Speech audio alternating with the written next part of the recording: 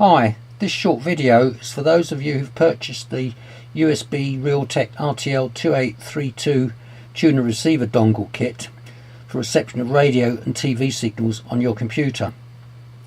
The one I purchased did not include any instructions, and being a semi-literate computer user, it took me some time to figure out how to load and set up the software.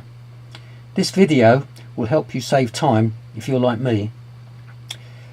The kit consists of the REALTEK dongle, which plugs into a USB port on your computer, a CD containing the software, a remote control which requires a round 3-volt battery. A CR2025 is specified but wasn't included in the kit, and a stub aerial which lead plugs into the dongle. You can of course use a larger external aerial instead. Right, so first plug your dongle into a spare USB port on your computer. Next, put the CD into your disk drive and go to the list of devices in your computer and double click on the DVD drive.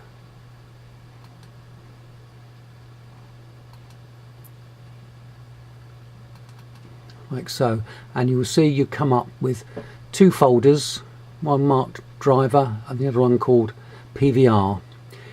Double click on the driver and there you'll open up 23 files.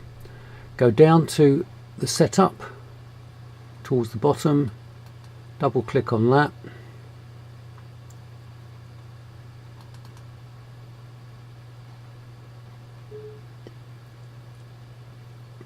and there you will see it opens up to a prompt. Click yes,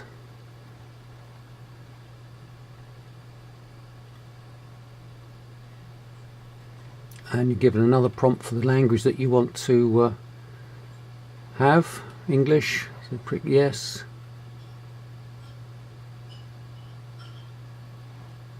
and again you get another screen, click next, and another one, next again, and click to install to begin the installation.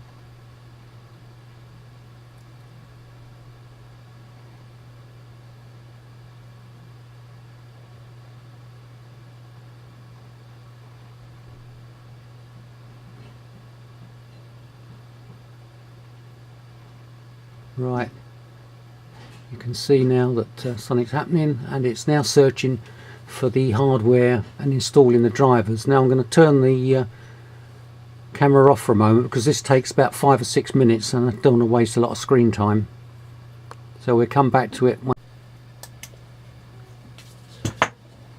Right, now you end up after about 6 or 7 minutes with this screen which tells you that the wizard has completed the installation. So click on finish. You can then go back to the other folder that was on your disk marked PVR, and double click on that, and that opens up 30 files, of which near the bottom you'll see another one, application file setup. Double click on that, which gives you another screen prompt. Click yes,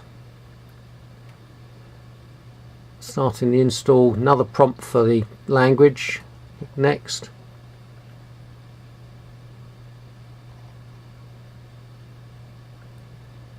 and click next again to install the Presto PVR. Now you come to the license agreement, click yes, and then this page with customer information. For username you can put your name or anything else, some random letters. Company name the same, anything random, but for serial number you need to type in the word evaluation.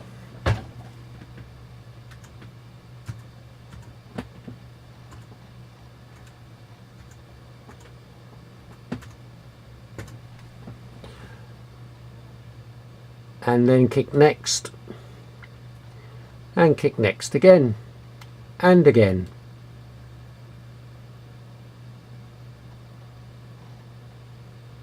Now it's thinking about it.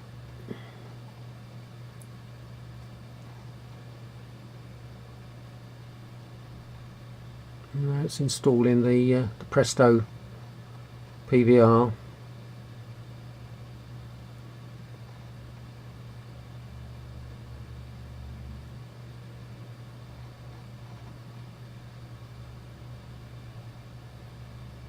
And I think that's done.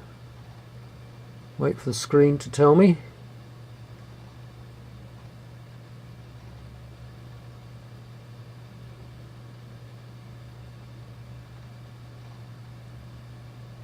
And there it is. Click finish.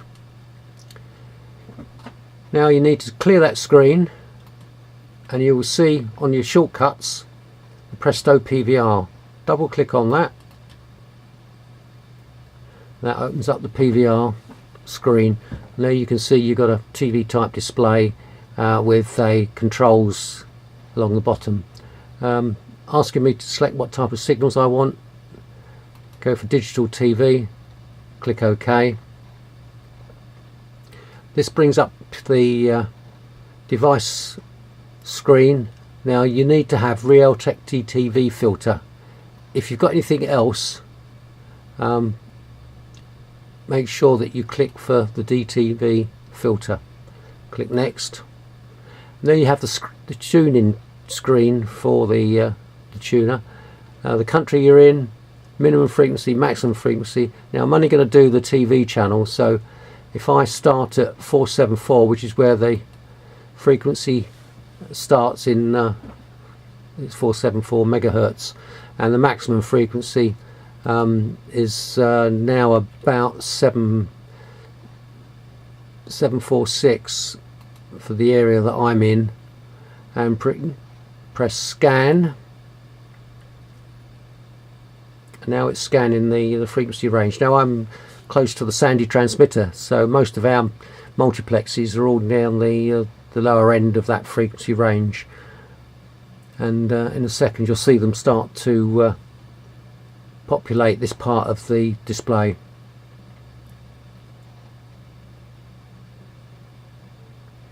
Bearing in mind I've only got the short stubby aerial, so reception is going to be a little bit iffy, although I'm fairly near to Sandy. But if I had an external aerial, then it would be much better.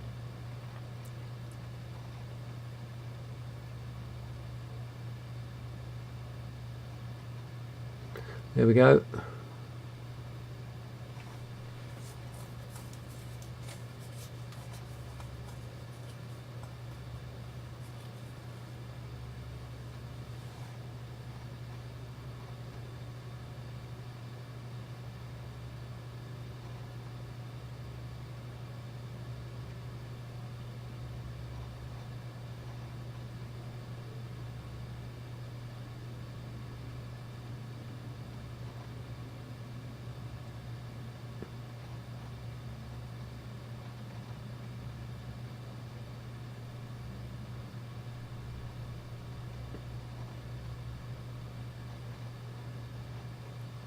If you use an external aerial, then you'll probably pick up more channels and possibly more multiplexes from other transmitters, depending where you live, of course.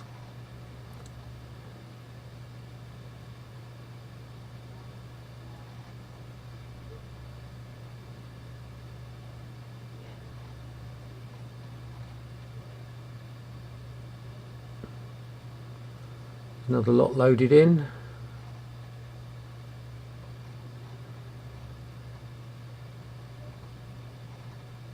Getting near the end of my selected frequency range.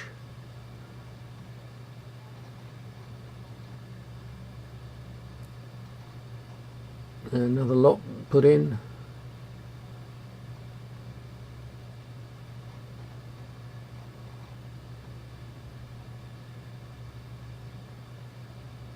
And some more. And there it's finished.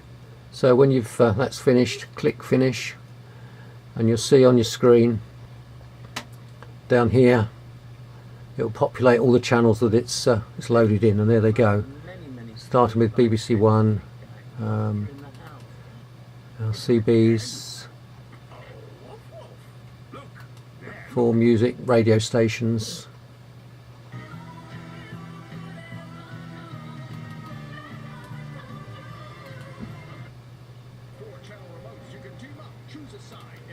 travel channel. There you go. You've got a volume control on here on the front panel. Incidentally, the remote control is superfluous. You just don't need it as long as you've got a mouse. But you can turn subtitles on and off if there's on the screen. Teletext. There's your EPG. Input source, digital TV or whatever. There you can go back to the tuning menu, so if you wanted to put a new aerial on and do a rescan, then you can do that. You can record.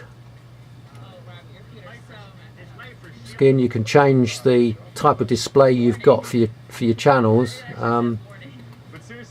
You've got a steering wheel. Surfboard, God forsake, you'd use that, but there you go. Silvery blue seems to be the more traditional type of display that that you'd want. What else? You can obviously expand the screen to get full screen. There is a help screen.